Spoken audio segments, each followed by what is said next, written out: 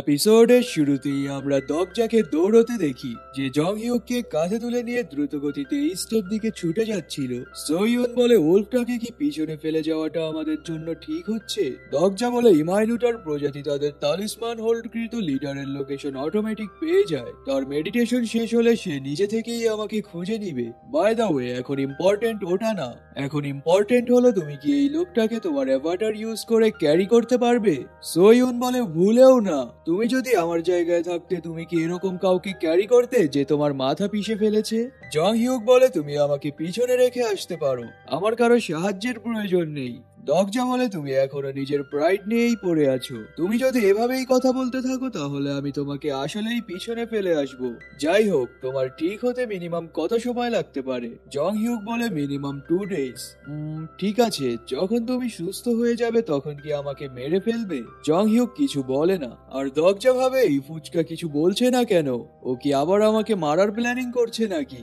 অতঃপর বলে, যদি এরকমটাই হয়ে থাকে তাহলে আমি তোমাকে সাহায্য করতে পারবো না। আমি এরকম কাউকে কিভাবে বিশ্বাস করে সাহায্য করতে পারি যে কিনা আমাকে মারার প্ল্যানিং করছে? তুমি যদি আমার সাথে এক্সিস্টেন্সের প্রতিজ্ঞা করো তাহলে আমি তোমাকে সাহায্য করব। প্রমিস করো যে তুমি এই রিগ্রেশন শেষ না হওয়া পর্যন্ত আমাকে মারবে না। জং হিউক বলে, আমি এরকম কিছুই করছি না। দগজা ভাবে, কি নির্লজ্জ বাস্টার্ড রে ভাও। ওকে ফাইন, অ্যাটলিস্ট এটা প্রমিস করো যে 5th সিনারিও শেষ না হওয়া পর্যন্ত তুমি আমাকে মারবে না। তুমি যদি এটা না করো তাহলে আমি আসলেই তোমাকে হেল্প করতে পারবো না। জং হিউক বলে, ঠিক আছে, আমি প্রমিস করছি।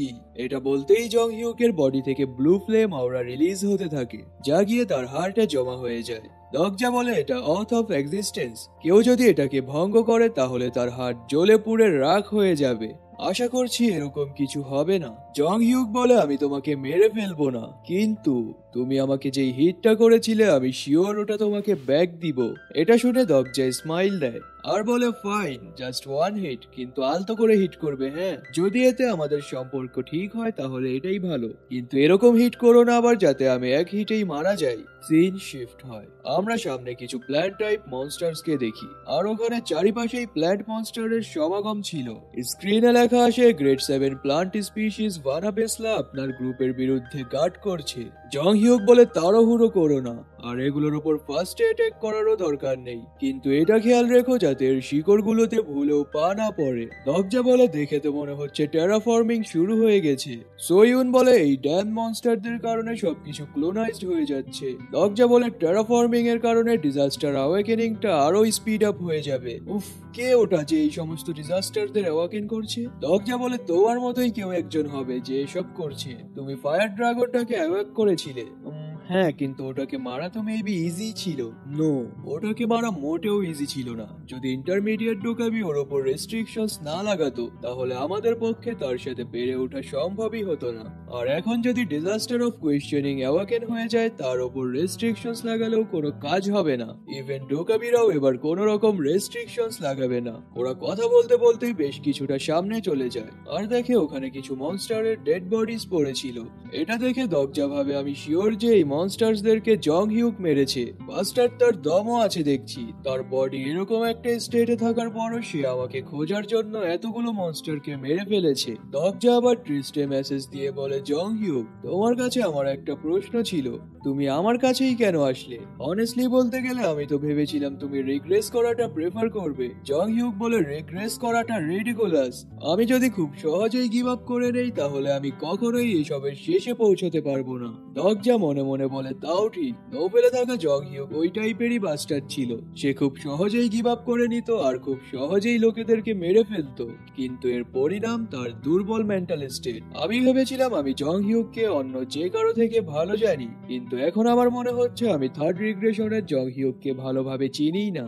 স্ক্রিনে লেখা আসে, জং হিউক সম্পর্কে আপনার ধারণা বৃদ্ধি পেয়েছে। জং হিউক আবারও বলে, তুমিই ওই প্রথম ব্যক্তি যার কথা আমার মাথায় এসেছিল, কারণ যেই লোকটা অ্যাবসলিউট থ্রোন থ্রোনকে ভেঙে ফেলতে পারে সে কিছুটা হলেও ইউজফুল তো হবেই। দগজা বলে কিছুটা?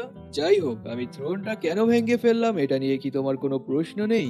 জং হিউক বলে আমি অতীতের ঘটনাগুলো নিয়ে মাথা ঘামাতে চাচ্ছি না এখন, আর এমনিতেও আমার আগে থেকেই ওই থ্রোনটার উপর সন্দেহ ছিল। আমি শিওর যে তুমি ওটা আউটার জটকে আমাদের পৃথিবী থেকে দূরে রাখার জন্য করেছো। এটা শুনে তো দগজাও অবাক হয়ে যায় যে সে এটা রিয়েলাইজ করে ফেলেছে, আর ভাবে এটাই প্রথমবার যখন আমি জং হিউকের সাথে এভাবে ফ্রিলি কথা বলতে পারছি। কে জানতো যে এই বাস্টার্ড এতটাই স্মার্ট, কিন্তু সে সব সময় জাস্ট কুল থাকার চেষ্টা করে। জং হিউক বলে হনেস্টলি বলতে গেলে আমি ভেবেছিলাম তোমার প্ল্যানটা বেশ ভালো ছিল, কিন্তু সমস্যা ছিল অন্য কোথাও। কজ তুমি যখন থ্রোনটা ভেঙে ফেলেছো তখন 5 জন গাইড আলাদা আলাদা লোকেশনসে ট্রান্সফার হয়ে গেছে, আর এজন্যই গোয়াংজিন এন্ড গোয়াংডং ডিস্ট্রিক্টে অতিমাত্রায় টেরাফর্মিং ছড়াচ্ছে। ওয়ান্ডারার্সরা মিটিওরাইটস এর পাওয়ার ইউজ করছে। দগজা বলে শুধুমাত্র মিটিওরাইটের পাওয়ার তো টেরাফর্মিং কে স্পিড আপ করার জন্য যথেষ্ট না। জং হিউক বলে কিন্তু এর কারণ হলো 10 জন ভিলেনের মধ্যে একজন ডিজাস্টার মিটিওরাইটটা পেয়েছে। এটা শুনে তো দগজা কিছু সময়ের জন্য চমকে যায় আর ভাবে 10 জন ভিলেনের মধ্যে একজন। আমাকে এটা বলো না যে সে পয়জন রিভিলার সেওলহা। জং হিউক বলে হ্যাঁ, তুমি তো জানোই। বুঝেছি, কজ সেই একমাত্র ব্যক্তি যে অন্যদের ওপর 1000 স্পিরিট পয়জন ইউজ করতে পারে। যদি এরকমটাই হয়ে থাকে তাহলে তুমি তার পয়জনে ওভারডোজড হলে কিভাবে? তুমি যেহেতু জানো তোমার অপোনেন্ট পয়জন রিভিলার, তাহলে তোমার উচিত ছিল তার সামনে হেড অন হেড না যাওয়া। জং হিউক বলে এটা এজন্য হয়েছে যে আমি তার সাথে ফার্স্টে কথা বলতে চেয়েছিলাম। দগজা বলে হোয়াট? কথা বলতে চেয়েছিলে? আমরা জং হিউকের চোখে ছ্যাঁকাখড়িং রিয়াকশন দেখতে পাই। সে বলে কজ আমি চেয়েছিলাম তাকে আমার সঙ্গী বানাতে। দগজাও ভাবে ওহ মনে পড়েছে, তার সেকেন্ড রিগ্রেশনের শুরুর দিকে তো নামুন, জিহি এন্ড সেওলহা তার সঙ্গী ছিল, আর সেওলহা সে তো জং হিউকের লাভার ছিল। এগুলো ভেবে দগজা উইয়ার্ড রিয়াকশন দেয় আর ভাবে বাবুটার তাহলে ছ্যাঁকা খেয়ে এই অবস্থা। যাই হোক, তুমি কি তার সাথে টিম আপ করার চেষ্টা করেছিলে? জং হিউক বলে হ্যাঁ, কিন্তু সে ওই সেওলহা ছিলই না যাকে আমি চিনতাম। কিন্তু কিছু সময়ের জন্য আমি এটা বিশ্বাস করেছিলাম যে আমার স্মৃতির সাথে জড়িয়ে থাকা সেই মায়াবতী এখনো বেঁচে আছে। দগজা কিছু সময়ের জন্য নিস্তব্ধতা পালন করে আর বলে তার প্রতি তোমার অনুভূতি আমি বুঝতে পারছি। জং হিউক বলে তুমি তো এমন ভাবে কথা বলছো যেন তুমি রিগ্রেসিং এক্সপিরিয়েন্স করেছো। দগজা বলে আমি শুধুমাত্র বলেছি যে আমি তোমার ফিলিংস লাইটলি বুঝতে পারছি, কিন্তু আমি রিগ্রেশন করতে সক্ষম না। তো ছ্যাঁকাখোর জং হিউকও আর কিছু বলে না এন্ড তার পুরনো স্মৃতিগুলো ভাবতে থাকে। অতঃপর বলে স্ট্রেঞ্জ, তুমি তো রিগ্রেসরও না, কিন্তু তুমি আমার ফিলিংস গুলো অ্যাকুরেটলি বলতে পারো। এটাও কি প্রফিট ক্যাটাগরির একটা স্কিল? বড় মুহূর্তে ডেভিল লুক দিয়ে বলে অবশ্য এর মানে এই নয় যে আমি তোমাকে ছেড়ে দিব। তুমি তো ওই অনুতাপহীন বাস্টার্ড যে আমার ছোট বোনকে কিডন্যাপ করেছিল। দগজা বলে তুমি কি এটা জানো না যে আমি তাকে কিডন্যাপ করিনি? ওটা জাস্ট তার প্রোটেকশনের জন্য ছিল, যা তুমি লাই ডিটেকশন স্কিলের সাহায্যে সহজেই বুঝে যাবে। তাহলে এখনো ওটা নিয়েই পড়ে আছো কেন? ওরা কথা বলতে বলতে ছুটে যাচ্ছিলই, তখনই সোইয়ন ওপরে কিছু একটা দেখে আর দগজাকে ওপরে দেখতে বলে। দগজা দেখে ওপরে একটা ডাইমেনশনাল হোল জেনারেট হয়েছে যেখান থেকে হাই গ্রেড প্ল্যান্ট মনস্টার্স বের হচ্ছিল। ওহ ড্যাম, ক্রিয়েচার্স গুলো তো অলরেডি গোয়াংডং ডিস্ট্রিক্টে চলে এসেছে। সোইয়ন বলে খুব বেশি সময় তো হয়নি, ডিজাস্টার অফ কোয়েশ্চেনিং কি অলরেডি অ্যাওয়াকেন হয়ে গেল নাকি? দগজা বলে না, যদি ওরকম কিছু হতো তাহলে সাথে সাথেই ফিফথ সিনারিও স্টার্ট হয়ে যেত, আর এটা তো পয়জন রিভিলারের টেরিটরি। আমি যতটা ভেবেছিলাম সে তার চেয়েও দ্রুত মুভ করছে। যেহেতু সে এরকম একটা ডিফেন্স সেটআপ দিয়েছে তাহলে এটা শিওর যে তার সাথে ফাইট করাটা মোটেও ইজি হবে না। সোইয়ন বলে তোমার কি কোনো প্ল্যানস আছে? দগজা বলে না, বাট আমাদেরকে জাস্ট মিটিওরাইটটা চুরি করতে হবে, যেটা তুমি করবে, আর আমি তোমার জন্য তাদেরকে ডিস্ট্র্যাক্ট করব যাতে তুমি ইজিলি তোমার কাজটা করতে পারো। এটা শুনে সোইয়ন তার ক্লোনস বের করে নেয়। জং হিউক বলে এখানে তাড়াহুড়ো করার তো কিছুই নেই, যদি ডিজাস্টার শুরুও হয়ে যায় তারপরও তাকে ইজিলি নিউট্রালাইজড করা যাবে। দগজা বলে খুব সহজেই নিউট্রালাইজ করা যাবে মানে?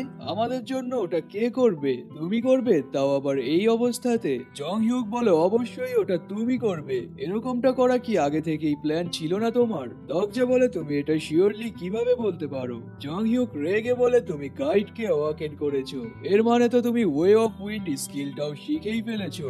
দরজা বলে আমি ওটা এখনো শিখিনি। জং হিউক বলে কেন, তুমি কি স্কিলটা শেখার মতো পর্যাপ্ত টাইম পাওনি? তোমার যদি স্কিলটার প্রিন্সিপালস লাগে তাহলে আমি তা বুঝিয়ে বলছি। দরজা বলে না, আসলে এটা হওয়ার কারণ আমার ভেতরে কোনো ট্যালেন্ট নেই। এটা শুনে তো জং হিউক আরো রেগে যায় আর বলে তুমি তাহলে শুরু থেকেই এরকমটা ছিলে। আর দরজা ভাবে আমি ওর ফেস না দেখতে পারলেও ওর মেসেজেই বুঝে গেছি যে ও আমাকে বার্নিং ইন্টেন্স নিয়ে দেখছে। তখনই সোইউনের একটা ক্লোন বলে সামনে থেকে কিছু লোকেরা আসছে। দরজা জং হিউককে সোইউনের কাছে দেয় আর দেখে সামনে থেকে কিছু লোকেরা বাঁচাও বলে চিৎকার করতে করতে এখানেই আসছিল। তখনই তাদের ওপর কোথায় থেকে যেন অ্যাটাক এসে পড়ে আর অ্যাটাক লাগতেই তারা অন স্পটে মারা যাচ্ছিল। দরজা ভাবে এগুলো তো পয়জনাস অ্যারো। আমরা দেখি সামনে থেকে কিছু লোকেরা তাদের ওপর পয়জনাস অ্যারোস শুট করছিল আর অ্যারোস গুলো দরজাদের ওপর লাগতেই যাবে তখনই কোথায় থেকে যেন একটা স্পাইডার ওয়েব চলে আসে। এটা দেখে তো দরজা অবাক হয়ে যায় যে হঠাৎ স্পাইডার ওয়েবস কোত্থেকে আসলো। আমরা দেখি ওয়েব প্রোটেকশনের কারণে পয়জনাস অ্যারোস গুলো ব্লক হয়ে যাচ্ছিল। অপর প্রান্তে আমরা একজনের বাহু দেখি। গাস হু ইজ ইট? লোকেরা বলে ধরো ওদের আর কাউকেই এখান থেকে যেতে দিও না।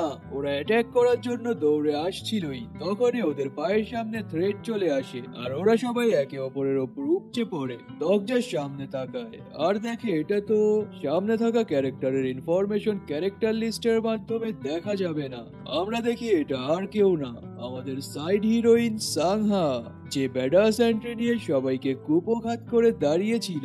পর মুহূর্তেই দৌড়ে গিয়ে মানা ওয়েবের সাহায্যে জাম্প করে উপরে চলে যায় আর তার কাছে থাকা ড্যাগারের সাথে থ্রেড কম্বাইন করে সামনের দিকে ছুড়ে মারে। এতে ওখানে থাকা সমস্ত লোকেদের ওপর থ্রেড চলে আসে। পর মুহূর্তেই সাংহা ব্যাক জাম্প করে থ্রেডস গুলো টানে আর সাথে সাথেই ওখানে থাকা লোকেদের কারো হাত পা তো কারো গলা কেটে আলাদা হয়ে যাচ্ছিল। দরজা তো এসব দেখে থ হয়ে দাঁড়িয়ে থাকে আর ভাবে এটা কি আসলেই ওই সাংহা যাকে আমি চিনতাম, কিন্তু সে এত শক্তিশালী হলো কিভাবে? আমরা সাংহার একটা ডেঞ্জারাস লুক দেখি যা আগে কখনো রিভিল হয়নি। যদি কারো মধ্যে ট্যালেন্ট থাকে তাহলে তো এটা হওয়ারই কথা। জং হিউক বলে তার গ্রোথ হয়েছে কজ তুমি তার সাথে ছিলে না আর তুমি তোমার টিমমেটসদের পাওয়ার্স বাড়াতে মোটেও পারদর্শী না। লি হায়ুং সং খুব দুর্বল স্টেটে আছে। দরজা বলে যদি শুরুর দিকে আমি এফোর্টস না দিতাম তাহলে তারা এই লেভেলেও আসতে পারতো না।